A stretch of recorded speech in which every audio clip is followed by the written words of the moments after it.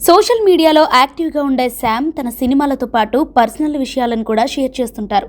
తాజాగా దుబాయ్లో Samantha full happy మూడ్లో ఉన్నట్టు తెలుస్తోంది. కొంతకాలంగా సమంత రాజ్ నిడుమూరు జంట నెట్టింట హాట్ టాపిక్గా మారింది. ఈవెంట్లకు ఆలయాలకు జంటగా వెళుతున్నారు. దీంతో వీరిద్దరూ రిలేషన్లో ఉన్నారంటూ ఫిలిం నగర్ వర్గాలు. ఇటీవలే సమంత రాజ్ నిడుమూరు తిరుమల శ్రీకాళహస్తి ఆలయాలకు కలిసి వెళ్లారు. కొద్ది రోజుల క్రితం సమంత భుజంపై చేయి వేసి నడవటం, ఇంకో చోట ఇద్దరు పక్కపక్కనే కూర్చొని హ్యాపీ మూడ్లో ఉన్నట్టుగా కనిపించారు. మరోసారి ఒకే కారులో ఇద్దరు కనిపించి అభిమానులు ఆడియన్స్లో మరింత ఆసక్తిని రేకెత్తించారు. తాజాగా దుబాయ్లో వీరిద్దరూ ఎంజాయ్ చేస్తున్నట్టు తెలుస్తోంది. దుబాయ్లో జరుగుతున్న డిజైనర్ క్రేషా బజాజ్ ఫ్యాషన్ షోకి సమంత హాజరయ్యారు. ఆ ఫోటోలను శామ్ అభిమానులతో పంచుకున్నారు.